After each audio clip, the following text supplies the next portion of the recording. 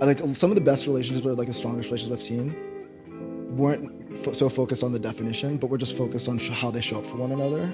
And that's kind of my ideal, is labels aside, how are we showing up for each other? And like every day waking up and committing to growing together. And so everything else I think kind of falls to the wayside compared to that. Today on Beyond Dating, Brian shared with us his experiences dating as a Black man in America.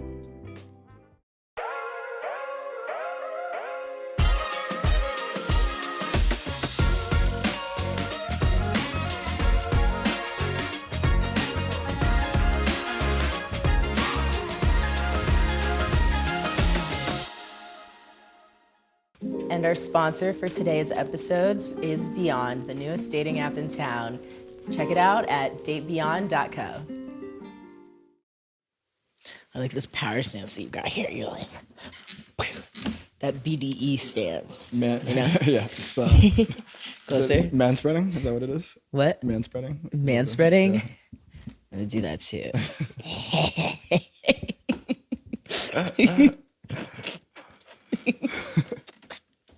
You're just gonna get better and better every day. So what is manspreading? I think it's just, living your best life while sitting down. Just go like this. You gotta go, yeah. This is getting me in touch. I think you're not quite there, but like a little bit more. Yeah. Yeah, exactly. If I go like that, yeah, you know? Exactly. It's this divine masculine energy right now. It's very happy. That's exactly it. What else do men do? That you walk into a room and then you just try to stand a little bit taller. Yeah. And then you just exactly. You're raise the chin just slightly. Mm-hmm. And then just kind of peacock a little bit. Like this. Yeah. I'm a peacock all over this place. Yeah. I'm unhinged right now. Okay. So, do you like to peacock? I think I do actually. Mm-hmm. Yeah. How does it make you feel? It's not that I go into it trying to peacock. Mm-hmm. I think I just want to feel kind of like my best self. Mm-hmm. And that version of my best self is me peacocking. Mm-hmm. Yeah. Okay. Yeah. But it usually is sometimes it's a lot of color. Yeah. Sometimes it's just how I tell stories, how I use my hands. Don't use your hands. There's a microphone here. Yeah. Be careful. Okay, so do you have any fun stories about peacocking and embracing your masculinity? Oh, I do actually. Mm-hmm. In Norway, actually, this is a trip I was on with Eric. We were visiting a friend of his, and Norway. I don't know if you've ever been to Norway, but it's pretty monoculture, So by being a Black man in Norway, I'm already peacocking. But what was great is we went to this party, and the style in Norway it's actually in Oslo, is very similar to New York. It's very black forward, monochrome, very simple. And for some reason, the first night out, we were going to this party and I decided to wear all white. It was I was going out in Miami. I was I'm going to wear all white. And so I walk into this party and not only am I the only Black man, but I'm also dressed in all white in a sea of just black outfits. And so this guy walks up to me, and this is actually the first time someone had ever called me out for peacocking. And he's like, you're peacocking? And I'm like, what? And I thought it was this Norwegian slang, whatever. And he's no, you're just standing out. Wait, a guy called you out on peacocking? Yeah. Wow. Yeah, for wearing all white. Wow. Yeah. I don't usually see guys calling guys out for peacocking, I feel like. Yeah. Usually it's a girl thing, or at least from what I've seen. I think he's a bit intimidated. Ooh, okay. Yeah. What's it like, being a guy? Do you get intimidated by other guys? What do you do when you feel intimidated, or when you intimidate others? What's your response? I don't often get intimidated. It's awkwardness and intimidation are things that I very early on, I think kind of maybe I didn't grasp them well enough to feel them. But in the moments where I do get intimidated, I think it's really around, if I'm operating in the same sphere as someone and they're very successful. And then there's this mix of intimidation, maybe a little bit of jealousy, but also curiosity around how did they get to where they are? But it's not something that I internalize too much. And I think part of that is, being self-focused enough to try and find my own successes. And after a certain point in life, you just realize, look, you know, most people in most situations don't really know what the hell they're doing, and they're just kind of like going along, and they do it long enough that they become successful. And you try to emulate that, in that even if you don't know what you're doing, just don't be intimidated by the situation. Just try, fail, get better, and then eventually, you know, that sort of sense of intimidation kind of falls away. So what was your process like when you've had a failure? Like, what do you do to pick yourself back up from it? Yeah, I think failure is a very interesting thing, because when I have a failure, it takes a bit before I truly internalize the like growth process of the failure. I mean, I think I try to just sit in it a little bit and understand it. And I'm naturally critical, like not self-critical, but critical in that like I think through like cause and effect. I think through like what were the steps that happened along the way. So there's almost like this diagnostic part that goes on before I really kind of pick myself up through the failure. And I think the diagnostic is actually the picking myself up, but I really try to be critical and understand how did I go from, I was trying to go from A to B, I ended up A to C, or I ended up A to A and a half. And what are the steps I need to do to kind of get the full way, or to kind of do it again and learn from the mistakes. But for me, failure is, it's almost like you have to fail. It's like it's a necessity, but also it's an inevitability. Like there are things that we start life as a blank slate and we don't know anything. Most of life is just failing and then learning and then succeeding the next time. And so if I look at the things I'm really successful at now, they're just a series of failures that culminated in knowing how to do it.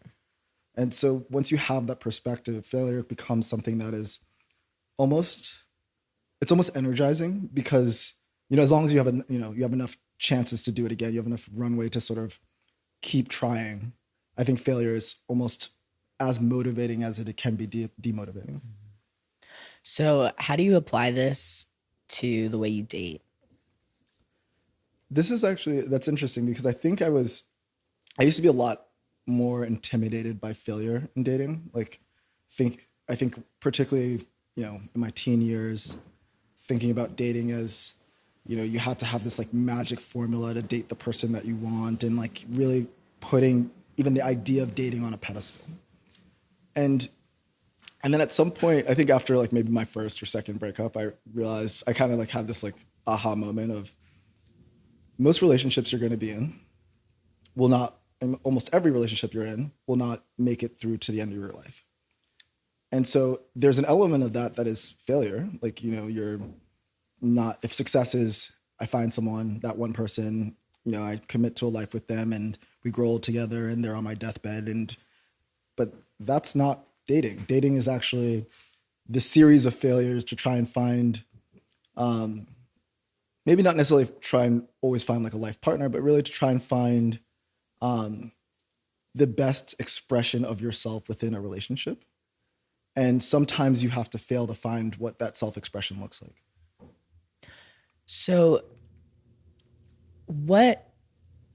I mean, you're so open and like, this is like really interesting, especially like I haven't talked to a lot of men who are, you know, have these perspectives, yeah, I guess, on dating. So like, where does that come from? Yeah, I think, you know, I think part of it is an identity. Like part of it's like when I show up in dating, I'm showing up as myself, but I'm showing up as a black male. I'm showing up as a child of immigrants. I'm showing up as all the idiosyncrasies that make up who I am as a person. And so I don't think there's this like magic, you know, formula that I've realized. I think part of it is just trying to be as authentic as I can, like to who I am. And when I do that, I just find I enjoy dating more. Mm-hmm. You know, there's like, I think a lot of early dating was trying to pretend what I think you needed to show up as when you date someone or when you're in a relationship.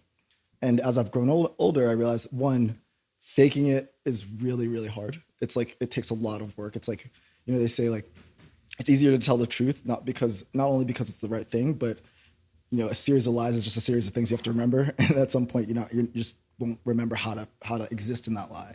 And I think it's the same thing when you think about how you show up as yourself, and when you think about authenticity is, if you try to play all these characters that you're not, it actually starts to become a burden on yourself. And so it became easier and more freeing for me to just first identify who I am, like as like what it is that makes me sort of tick, what is it that makes me energized, and then be that and be that unapologetically. And that's when I found a lot more freedom in dating, a lot more, again, authenticity in dating. And that's how I try to show up. Do you have any tips then for men to, be more authentic and share that when they're dating? Yeah, I think it's funny dating as a guy because, I think there's this dichotomy of dating as a boy and dating as a man. And like there are men who still date like boys. They date as like, it's like a conquest. It's like an achievement. It's like about the success. And I think dating as a man, but really dating as a human is first identifying, like doing the inner work to understand yourself. Because if you can't show up as yourself, you'll actually end up attracting the wrong energy or attracting energy that's not sustainable.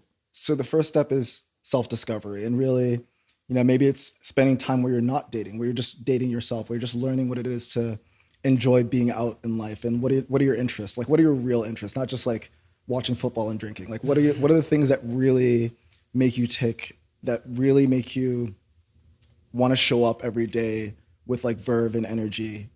And then when you get to that point of like, hey, I understand myself, and some of that comes with age, some of that comes with experience, some of that comes with, like you said, failure. Then when you show up in a relationship or you show up in dating, you don't have to compromise in yourself. And what you end up doing is from the get-go, you're presenting something that's true. And so if you present something that's true, you'll have some interactions that just don't work. But that's okay, because you were being true to yourself, and if it doesn't work, it's just not the energy that you needed to attract.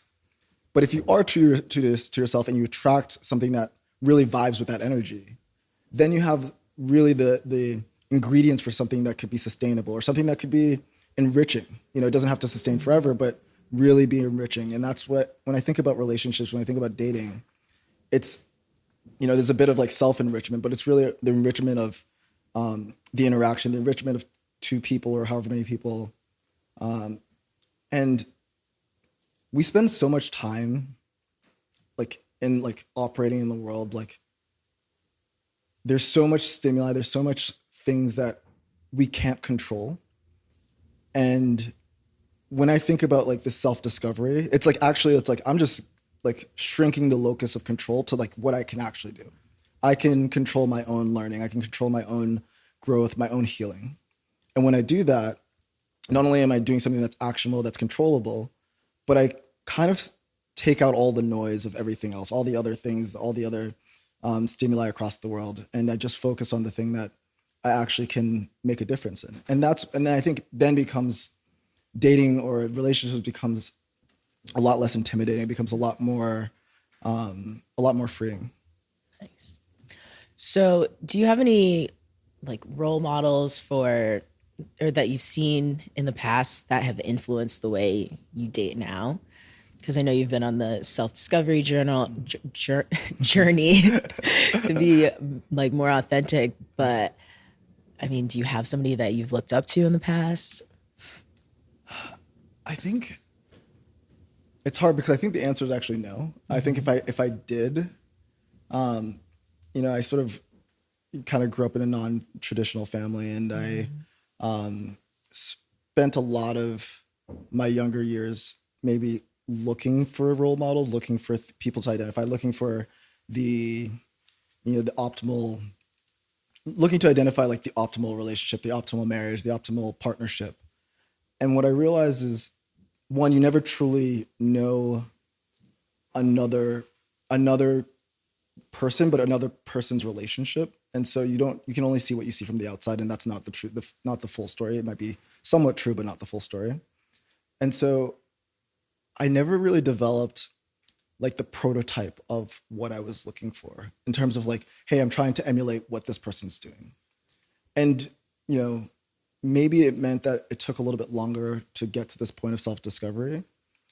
But what it did is it sort of meant that my influences were myself and my experiences. And that was very powerful because I wasn't trying to live up to anything. There wasn't this like, unmet expectations, because really my prototype was just a vision of myself. And so my role model is myself at age 50, myself at age 60, myself at age 70. And what I then try and do is sort of backwards plan into, well, this is who I want to be as a person at age 50, age 60, when I'm older. And what does it look like to sort of build towards that? So you said you grew up in a non-traditional family. Do you care to elaborate on that? Like, what does that mean? So for a lot of my childhood, my parents were split. I grew up with a single mom, and so goes back to what the prototype is. Like, I didn't grow up where both my parents were living in the same household, and we weren't having like family dinners with like the parents at the dinner table. It was very much non-traditional. And so in that, I did have many sort of male role models, uncles, family friends. But, I remember being a kid and, I'd watch a lot of like sitcoms or these like prototypical American families. And that was just not, that's all I knew of the like classic, like 2 kids, 2 parents and a picket fence. I was like, that wasn't my upbringing. And so when I think of like this non-traditional upbringing, I think when I was younger, I just sort of like ascribed to like, oh, I saw this in media, so this is sort of what you need to do. But like all of that is sort of, it's either make believe or it's like the idealized version of, family life. I think the other part of like this non-traditional is like, I also grew up where, a lot of my family was like distributed, and we also had a very big family. And so that I think part of having a large family is learning how to love many people in different ways and to find different versions of love across those relationships. And I think that became very powerful for me as I thought about myself and thought about how I showed up in a relationship. It took me a really long time to realize that I couldn't expect one person to give me everything that I needed from her, from a relationship. But partially, I had already known that growing up because I didn't get everything I needed from necessarily my mother or my father or my uncles. I sort of kind of pulled together, what was an amazing family life, but in a non-traditional manner. Mm-hmm. And that for me, I think has really influenced how I've shown up, at least now, how I show up in relationships and how I think about what I can give to a relationship, but also like what I expect to receive. Mm-hmm. Then do you have like different types of, love? Like what are your different categories of love and how do you show them with other people? Yeah, I think I do actually. And I think there's definitely different versions of how I show up across my relationships, whether they're like romantic or platonic or familial. I think there's a classic sort of, romantic love. Like there's like this, kind of that like Disney version of young love, like the like classic rom-com version, like kind of make the butterflies in the stomach, like kind of almost like really strong chemistry. But then there's sort of the like intellectual love, the like love of someone's mind, the love of the way they think, the way that they make you think.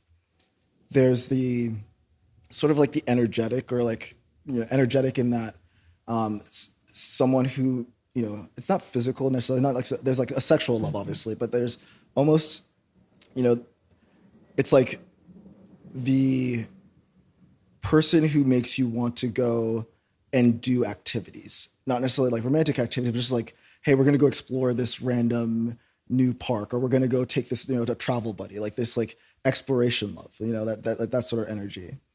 And then there's, I think for me particularly, like there's this emotional love of like being able to bond deeply in, like in the hurt that is like human, it can be human existence, and like the way that you show up in like the really hard moments. That's another version of love. And I think when I think about those categories, I've been in relationships where not everyone, not like a single person didn't meet all of those. And I really had to think about, one, is that a flaw of the relationship? Is it a flaw of my expectation of the relationship? Or is it just the normalcy of human existence that no one person can really show up in all the different ways or show up in all the different ways at all times? And that really, I think I've had to take a step back over the particularly like recent years to try and understand what are the versions of love that I really need in my life? Where do I get them? And to the extent that one partner fills a lot of it or all of it, that's amazing, but should that be my expectation? And I've come to this belief that I don't necessarily need one person to provide all. So, what is a modern relationship to you then? I think it's exactly that. It's this recognition that love has many faces, that love doesn't necessarily need to come from one place, and that our expectations of ourselves don't need to conform to like this, the caricatures that we've defined when we were like children. And that may mean like the providing yourself the freedom to be in love with more than one person. That may mean providing yourself the freedom to have, romantic love and platonic love, and not necessarily need one person to provide everything. That may mean allowing yourself the freedom to not want to be in love at this moment. And I think, because it's like this idea of modern relationships, it's I don't know if that's necessarily modern. I think it's just a deconstruction of a conservative viewpoint on relationships that probably was developed over like the last 300, 500 years. But I think a lot of what we think of as modern relationships is really hearkening back to the base level of humans as like an animal, like how we are. Mm-hmm. It's the idea that we don't necessarily need to force fit our relationships to society, because society as we existed is actually an evolving character, and society looks different now than it looked a millennia ago and even 2 millennia ago. But recognizing that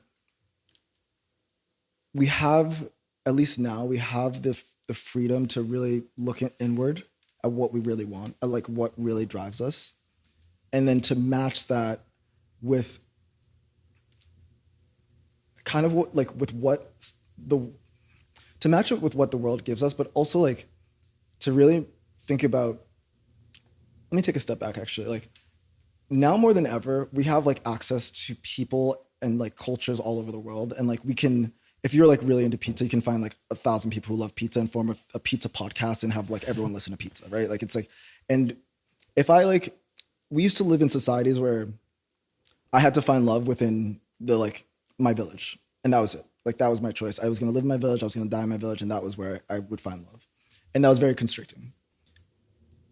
Now we can find love across the world and like nurture that love and like make it like a real thing. And so modern relationships is recognizing the abundance of like access that we have. And so with that, we actually should allot ourselves more freedom to find what we really want and to define what we really want, not within the constraints of like, I have to live in this village and I have to marry someone of my tribe, but really, I am this person, I have self-actualized, and I know that there is some energy out there, there's some person who will vibe with this energy. And even if they don't live next door to me, they may live in my city, or they may live in my state, or they might live in, I don't know, in Mexico, but I can send them a message on Instagram and we vibe and that's it. And so I think that's really what modern love is for me, at least, is like recognizing that the constraints that we had around needing to define ourselves within our society has changed, because our society is no longer the village, it's the world. And that means like the diversity of relationships, the diversity of people, and the diversity of just of ourselves can be met and like received in a different way than it was before. Do you have any tips for men who are, looking to like be more authentic and embrace the, modern love and modern relationship styles? Yeah, it's funny. I think men are a lot more, they won't admit it, but I think men are a lot more conservative. Like they're a lot, at least not all men, but I know that if I did a random survey of like men I know or men that I know sort of tangentially, how many of them are going through like the process of healing, of self-reflection, or reflecting on their past relationships, really trying to understand how they show up in the world. And I don't think that percentage is as large as the women I know. And I think part of that is, you know, a conservatism in how men interact with one another and the way that we want to show up as providers, show up as sort of like the strong male figure. Like it's like we almost ascribe to the caricature more so than women. And so as a result, like showing up authentically becomes harder, because I think part of showing up authentically is actually deconstructing the caricature.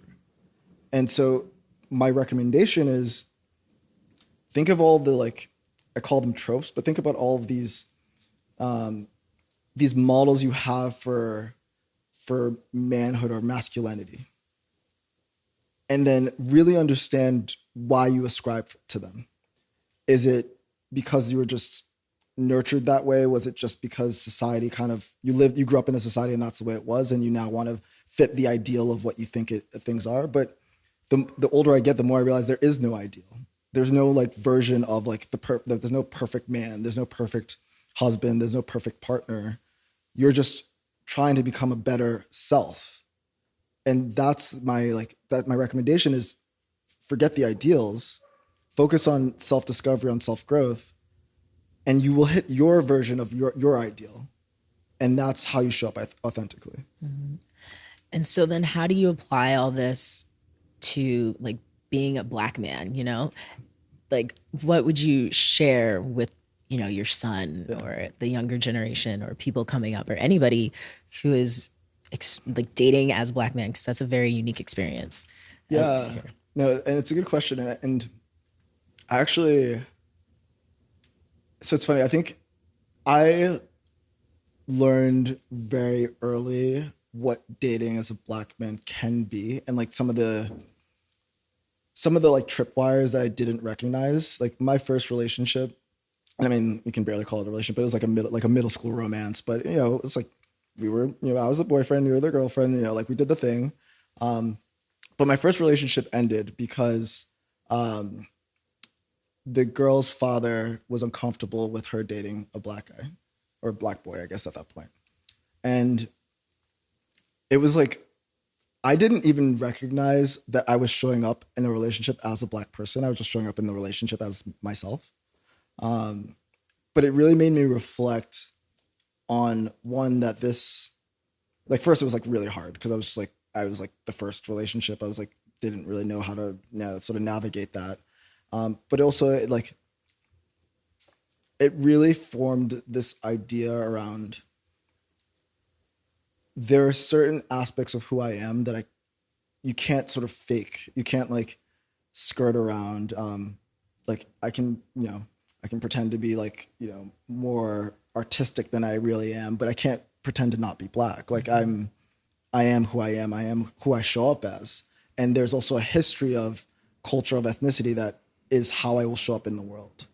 And so it's not just even the phenotype of being Black, but it's the culture of like, I am West African. I like grew up as a child of immigrants. I grew up like in a very working class family. Like these are elements of that like kind of get subsumed into being a Black man. And as a result, when I show up in a relationship, I actually prefer if like very early on in dating, we just have the conversation about like what is it like to be dating as a Black person? What is it like to, if not even dating, what is it like to exist in the world as a Black person, or as me as a Black person? What is my experience?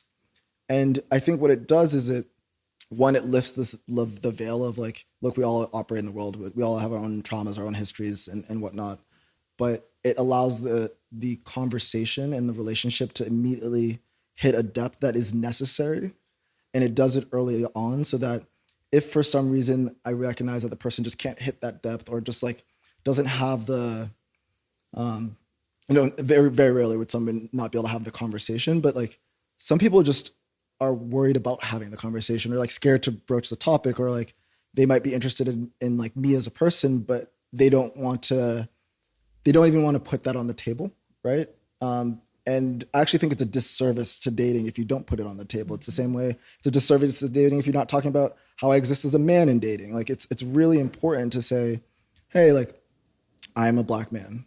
I'm a black man in America. I am a black man dating in America. What does that look like? How do I exist in the world? What are the traumas that brings up for me? And how does that affect the way that I show up? And when I ask those questions and I have those conversations in dating, I think it creates a much more powerful interaction and also creates a much more sustainable interaction. Because no matter how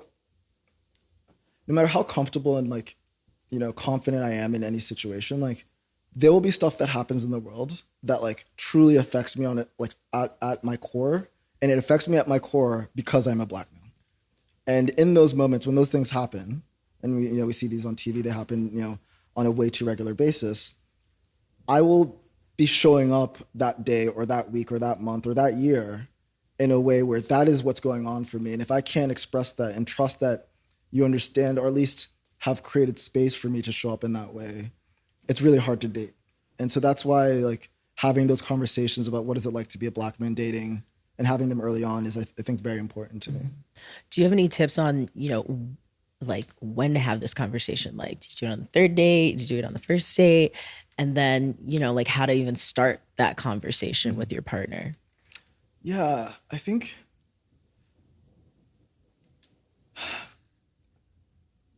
I would say, look, it depends on like, I guess what your first date is, but I see no reason not to have deep conversations. Like as I have deep conversations, like meeting someone at a party for like the first 10 minutes. And I'm like, how are you doing? Are your days like, something's going on for you? Like, let's go into it. Like I'm a little bit, I wouldn't say I'm a full empath, but I like to create space for people to just tell me like what's going on for them. And so my recommendation is that it happens, first, second date, but not like that it's force fed as like, hey, I wanted, by the way, I just like, before we keep going, I wanted to mention like, by the way, I'm black and so we should talk about it. Like, no, it's like in the natural discourse of interacting, I will talk about like, whether it's race issues or blackness or just like my upbringing. And in that is this idea of being a black male. And so my recommendation is obviously when you're comfortable, but also like just bring it up as soon as the conversation hits that point, and then have the conversation in a real way. There's, I think it's a disservice to not try and be as true as you can in dating as early as possible, because you end up kind of doing this dance of, like again, trying to show up in a way that you're not, or that's not true to yourself, and like almost playing this idealized version of like what a first date should be, or like idealized version of like what early dating should look like. But like some of the best dates, some of the best relationships, some of the best partnerships I've had were super real from the get-go. And that's what attracted me to being there, to being like, to like deepening the relationship with someone, is like, I didn't feel like I had to hold back immediately or try to pretend like if I was having a bad day that day, and even if it was my first date, I'm like, yeah, like this was going on for me. And just being honest, like it's not like that means that I am this person, like I am it just means this is what's true for me in this moment, and I want to be able to express it and feel comfortable that the person that I'm on a date with and who may potentially be romantically interested in me can create space for that, because that's what I want out of a romantic partner. Mm-hmm. So then when you're looking for a romantic partner, what is your ideal relationship style? I think it evolves, actually. I think I've gone through this, I think we all have, but I've gone through this journey of I want 2 kids, a wife, white picket fence. I'm like, no, I like want to be like an eternal bachelor and just like kind of like do my best impression of Leonardo DiCaprio. And then I think my ideal relationship style is like madly, deeply in love with no need for definition and no need for expectation, but like a true comfort in like knowing that you're at home, like you're at home in that space with a person. I think every other aspect of it, whether it's defining like, are we exclusive? Are we not? Are we dating other people? Are we dating other people together? Are we like, all of that I think kind of can evolve with time. And as you like, that can all kind of evolve as you as a couple evolve. But I think for me, it's still this idea of finding a person that I want to go really deep with and evolving together. And I'm open to the way that evolution happens. I'm open to the way that like attraction exists and I understand that attraction evolves. I don't necessarily believe, well, not that I don't believe. I think I have a credible doubt about the sustainability of a single, like, I guess, single monogamous exclusive relationship over 100 years. Like I picked 100 as an arbitrary timeline, but like, I think in order to get like that sustained relationship right, it takes a lot of self-work, combined work, collective work, like co-evolution. That's just so hard to do that it became like, and I knew this at a very pretty early age. I was like, that just seems really hard to do. And part of it's like my parents were split up when I was a kid. And actually my parents were split up and got back together when I was an adult. So like, it actually is like my view of like what love can look like and how it can sustain itself. It like is very different from seeing their example. And what I recognize is like, I don't care as much. Like some of the best relationships or like the strongest relationships I've seen weren't so focused on the definition, but were just focused on how they show up for one another. And that's kind of my ideal, is labels aside, how are we showing up for each other? And like every day waking up and committing to growing together. And so everything else I think kind of falls to the wayside compared to that. That's awesome. Thank you so much for sharing and coming on this podcast. Absolutely.